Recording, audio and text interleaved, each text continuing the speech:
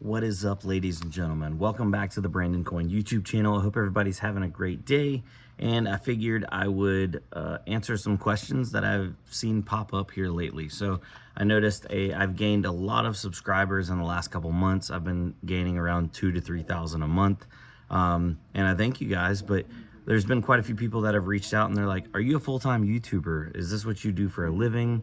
Or are you a full-time miner? Like, just people wanting a little bit more background. So obviously, for the long-time viewers, the OGs of the channel, you already know a lot of this, but maybe you'd like to listen as well. I figured I'd do a little video and kind of show, catch you guys up and tell you my background of kind of how I came upon this journey. So the first question, am I a full-time YouTuber? Yes. Does YouTube pay all my bills and do I make a living off of YouTube? No. So up until here within the last couple months, YouTube was only making a couple $100 a month. It wasn't making much. The last few months, it's been making 1,000 to 1,500, give or take. It's fluctuating, which is good. It's not bad. I consider that to be good money. Not enough money for a family of four to live off of, obviously. And I have ramped up to basically daily uploads because I am now a stay-at-home dad. So for the last 6 years, this would have been my 7th year, I started a construction company and I was doing erosion control and grading work, dirt work. I had a dump truck, excavator, skid steer, a couple other trucks, and ran a couple crews. During COVID, lost some contracts, not necessarily great things happened, but it picked back up and I was working again. Up until here recently, when I lost one of my really, really good guys that was kind of, solid, but some things came up, family issues, and he had to go. So it really made me step back and think, because I started having to do basically all the skilled labor myself. And with the price of everything going up, unskilled labor is now through the roof in North Carolina. That's where I'm based out of. To find a machine operator, you're looking at 25 plus an hour. Somebody to hold a shovel and they're competent at it, they want $17, $18, $20 an hour. So it's just really, really hard because there's these other companies that are a lot bigger and they're hiring people up. They're snapping up operators and giving them 30 plus an hour. So it's just hard to compete. Kind of saw the writing on the wall because all around me, the construction's been building out. So I was having to travel further and further. And then out of the blue, my wife has a LinkedIn. She got approached for a job offer, and she had been working remote and taking care of our kids full time for the last 3.5, 4 years. So this job offer, the big thing was she had to go into the office. We didn't want to put our kids in full-time daycare. So she was like, if I go back in and work in the office, and this job does make good money, it's got amazing health care. The benefits are huge. Now that I'm an adult and I have kids, I never cared about healthcare before. I just cared about the dollar. Give me the dollar. Now, healthcare is huge. The kids will daggone put you in the ground with some of these doctor visits. But yeah, so she's like, hey, I want to go back to work. And if you want to stay, turn into a stay-at-home dad, then you can take your computer shop more seriously and your YouTube's more seriously. So I was like, okay. So I started a computer shop. I got me a little retail space. I signed a year lease. I was in there for a year and everything was going great, but they raised my rent, almost doubled it. And that's when I took a step back and I looked at the revenue that was coming in. Was it worthwhile to keep a retail space, or do I just move everything to my garage? Hence right here. So my storage system is mainly these totes, and then I have some shelving, obviously some desktops stacked up right there. These are my shipping benches right here where I test everything and then get it shipped out.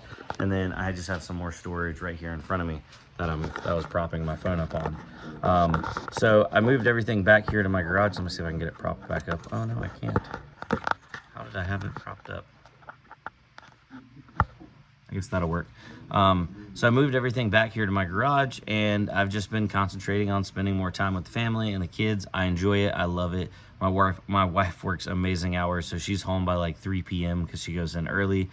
So we still have a lot of time together. And a lot of you people didn't know here recently, but I live in a metal building. So let me show you the roof real quick. Boom. me and my wife did build a house, and we stayed in that for a while. My phone, make sure my phone won't drop. That's where I had a detached garage, and I built some of my mining farm in there, and life was good, but we had payments. Then all of a sudden the market appreciated. We saw the opportunity to buy some land. It moved us closer to her family, closer to my family, and that's when we made the decision to liquidate pretty much all of our savings and all of our crypto and build what we're in now, which is a almost 2,000 square feet. It's a little over 1,900 square feet building, and 1,600 square feet is living space. And the other, 1,600, almost 400 square feet, 300 and some square feet is like a flexible garage space. I wanted a bigger garage space, but the key was I wanted to build it out of pocket. I didn't want to do any loans, no debt. That way I could just position ourselves to be super safe for the future in case she won't, like taking this new job or starting a new company, which it's worked out to be great because everything's simple. We just went back to like a simple base of living. So I don't have to make as much money to survive. Whereas before I had, payments on machines, payments on trailers, payments on trucks. It was just always payments. And I was making a lot more money, but I was also spending tremendously more money. So I just feel like I'm out of the rat race. Life is good. I get to hang out with my kids. I got 2 boys. I'm really blessed. I am. So circling back around, I do have to thank YouTube for a majority of my success with my computer shop, because a lot of my YouTube audience has spread the word and also become customers over on the computer shop. So thank you guys again tremendously. Without you guys, I would not be where I'm at. And if you don't know, I have a computer shop. It's bc-pc.com for Brandon Coin PCs. I do mostly a lot of like part sales. I don't do full builds anymore just because it doesn't fit my audience. Most of you guys are picking up parts and building stuff yourselves. You don't want to buy a built computer. So that's why I'll leave the building to other people, and I'll sell you guys the parts for a good deal. And it's a good relationship, because you'll sell a builder parts all the time. You'll sell a person that wants a computer once in a blue moon. You know what I mean?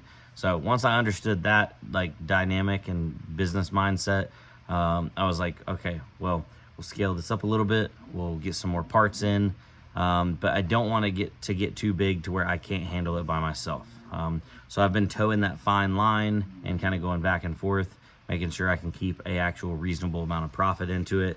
And it's been good to me. I can't complain. So I'm not a full-time YouTuber, but I am a full-time YouTuber. Or sorry, I guess the best way to put that is I'm a full-time YouTuber, but I don't make a living off of YouTube. Now, a lot of YouTubers do make a living through like sponsorships and other kind of ways, because ad revenue has become such a small part of a YouTuber. I have not explored all these possibilities with taking sponsorships and stuff. I have done some videos for hardware in the past, so if they send me the hardware, I do a video on it, but I'm not charging anybody anything for videos. I know that's a possibility, but I feel like if I start down that road of like taking paid sponsorships for videos, like every coin and its brother wants you to do. Can you do a coin review on us? We'll pay you $1,000. Can you review our coin? If I start pulling up random coins and just like reviewing a coin, I don't know. It's just not for me. I've always, and my angle on videos is show what I'm doing and also try out different things in the market, whether mining this, master nodes, staking, like all different kinds of things. Mainly I was a GPU miner for the longest time. That was my main source of content, but here recently I have shifted more towards like home ASICs. We're still doing GPU stuff, but everything's down right now. I just saw Bitcoin, it's like in the 70,000 range right now. It's crazy. Times are crazy. So yeah, with that being said, that catches you up on where I'm at and what I've got going on in life and my YouTube space and all that kind of stuff. I just recently hit 100,000 subscribers. I've been on YouTube for coming on almost 7 years now. And it's been a wild ride. It really has. So again, thank you all. Much appreciated. And hopefully here's to another 6-7 solid years of content and helping you guys out, and hopefully doing well. Maybe I'll be watching this video back and be like, oh my God, 70K Bitcoin, I should have bought it. Whereas right now I feel like 70K Bitcoin is just like, like where's it gonna go? Looking at some of my older videos from years ago, I was just like, I mean, I have videos back when like Bitcoin was, I want to say like 4 or 5K at one point. God, why didn't I friggin' just buy all the Bitcoin I could get my hands on? Famous last words, right? Anyway, guys, I'm gonna jump off here. I really appreciate it. I do have some video clips after this of going through and doing some like NVMe drives, just random stuff around the shop. So I'm gonna put them in after this. They're like time lapses. If you want to watch it, cool. If not, no problem. But thanks for coming, hanging out. See you on the next one. And as for what kind of content I'm going to be moving forward with, I want to rotate out, but I want to do obviously still the cell phone mining content, cell phone based content. I want to also incorporate and bring back some GPU mining content, because right now everything is hot. It was like almost 90 degrees today in North Carolina. It was like 88 or something. So I've pretty much turned everything off at the moment. I'm going to transition my mining over to like somewhere in the garage. I don't know, I'll figure it out. But very limited, not what I was doing during the wintertime. And then the ASIC like home miners. So a lot of companies are coming out with these home miners, and I love them because it makes ASIC mining attainable and usable for like your average person, because your average guy is not going to go buy an S19 and plug it in his living room. It's going to sound like a jet engine's going off, and it has to be running on what, 240 volt. It's just not realistic. You could plug it into your dryer though.